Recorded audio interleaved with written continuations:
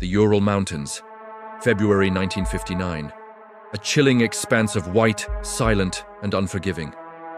9 experienced Soviet hikers, led by Igor Dyatlov, embarked on an expedition to the peak of Otorten. They were young, strong, and full of life, completely unaware that they were marching toward a mystery that would baffle investigators and haunt the world for decades. This is the story of their final, terrifying days. The group was made up of students and graduates from the Ural Polytechnical Institute. There was Igor Dyatlov, the meticulous leader, Zinaida Kolmogorova, the heart of the group, Lyudmila Dubinina, known for her courage, Yuri Yudin, the only one who would survive, and 5 other skilled mountaineers. They were well equipped, and their spirits were high. Their early journal entries and photographs paint a picture of camaraderie and adventure. Smiling faces against a backdrop of pristine snow. They were conquering the wilderness, one step at a time. On January 28th, Yuri Yudin was forced to turn back due to severe joint pain. He bid his friends farewell, wishing them luck. It was the last time he would see them alive.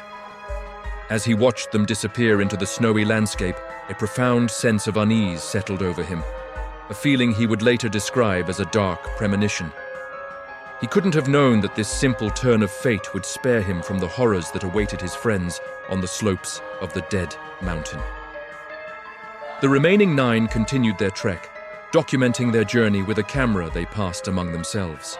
The last photos show them setting up camp on the evening of February 1st on the slope of Kolatsyakl, a name which, in the local Mansi language, ominously means Dead Mountain. They chose a location on an exposed slope rather than in the more sheltered forest below, a puzzling decision for such seasoned hikers. The weather was harsh, with biting winds and plunging temperatures, but the mood in their final photograph seemed calm, even routine. They prepared for the night, settling into their tent, unaware it would be their last. Their scheduled return date came and went. February 20th, no word. Silence, a search party was dispatched. For days they scoured the desolate landscape. Finally, on February 26th, they found it. The tent. It was half buried in snow and eerily abandoned, but what they saw sent a shiver down their spines. The tent had been violently sliced open, not from the outside, but from the inside. It was as if something inside had made the hikers so desperate to escape, they couldn't even spare the seconds to unzip the entrance. Outside the tent, a trail of footprints led down the slope toward the tree line, nearly a mile away. The footprints were baffling. Some were from bare feet, others from socks, and some just a single boot. In temperatures plummeting to minus 30 degrees Celsius, why would anyone flee their only shelter without proper clothing or footwear? It was a scene of pure, inexplicable panic. What could possibly terrify 9 experienced mountaineers so much that they would choose a frozen, certain death over staying inside their tent? The first 2 bodies were discovered at the edge of the forest, beneath a large cedar tree. Yuri Krivonishenko and Yuri Doroshenko. They were barefoot and dressed only in their underwear. The branches of the cedar tree above them were broken up to 5 meters high, suggesting someone had frantically tried to climb it, perhaps to get a better view or to escape something on the ground. Beside them were the remains of a small, hastily made fire. It wasn't enough to keep them warm. They had frozen to death. A short distance away, between the cedar tree and the camp, the searchers found 3 more bodies: Igor Dyatlov, Zinaida Kolmogorova, and Rustem Slobodin. Their positions suggested they were desperately trying to crawl back up the slope to the relative safety of the tent. Dyatlov was found clutching a birch branch, his face turned towards the camp. Zinaida was frozen in a pose of struggle, her hands clenched. Rustem had a fractured skull, though it was not considered a fatal injury. They too had succumbed to the crippling cold. The search continued for 2 long months. The remaining 4 hikers were nowhere to be found. As the spring thaw began to melt the deep snow, their bodies were finally discovered in a ravine, buried under 4 meters of snow, about 75 meters from the cedar tree. And this is where the mystery deepens into sheer horror. Lyudmila Dubinina, Semyon Zolotaryov, Alexander Kolevatov, and Nikolai Thibault Brignol were better dressed than the others. some even wearing clothes that appeared to be taken from their deceased comrades. But their injuries were unlike anything the investigators had ever seen. Nikolai had a massive skull fracture. Lyudmila and Semyon had sustained catastrophic chest injuries with multiple broken ribs. A doctor who examined the bodies stated that the force required to cause such damage was equivalent to being hit by a speeding car. These were not injuries one could sustain in a fall, and they were all internal.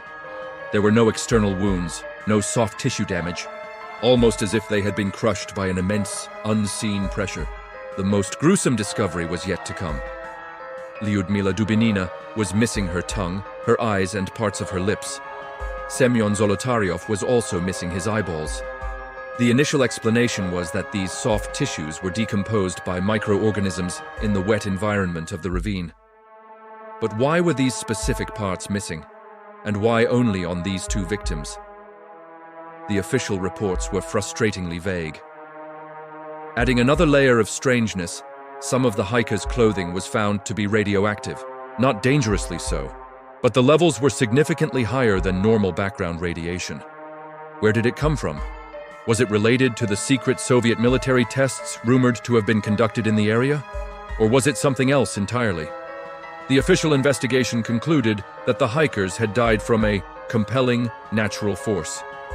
The case was abruptly closed, and the files were classified. For years, the truth was buried, just like the bodies of the last 4 victims. This vague conclusion satisfied no one and only fueled decades of speculation. The theories range from the plausible to the paranormal. An avalanche is a common explanation, but it doesn't fit all the facts. Investigators found no evidence of a recent avalanche. The tent was damaged, but not flattened. And an avalanche wouldn't explain why they ran so far, or the bizarre and selective internal injuries. Could it have been an attack by the local Mansi people? This was quickly dismissed. The Mansi were peaceful, and the nature of the injuries was inconsistent with any known human attack. There were no signs of a struggle at the campsite. What about a military experiment gone wrong? The reports of strange orange spheres of light in the sky around the time of the incident, seen by other witnesses in the region, lend some credence to this. Perhaps the hikers stumbled upon a secret test of a concussion weapon, which could explain the internal injuries and their panicked flight.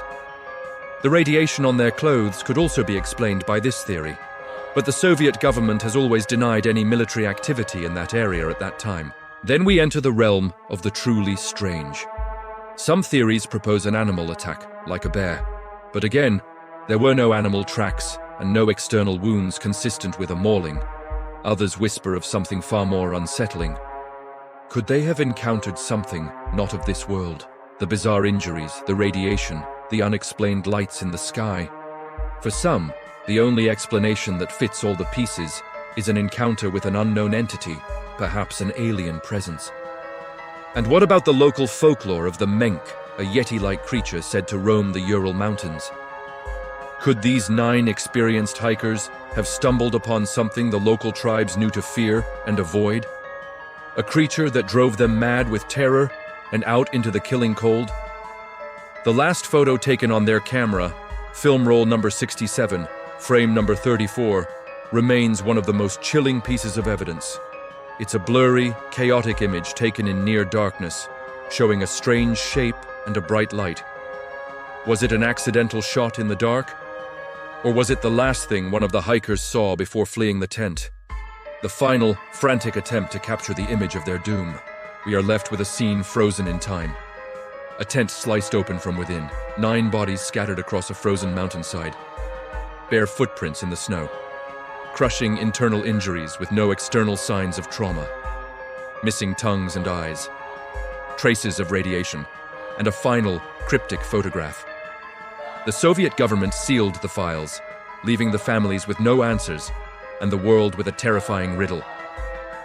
The Dyatlov Pass Incident is more than just a tragic story of hikers who succumbed to the elements. It's a void in our understanding of the world. A dark space where logic fails and fear takes over.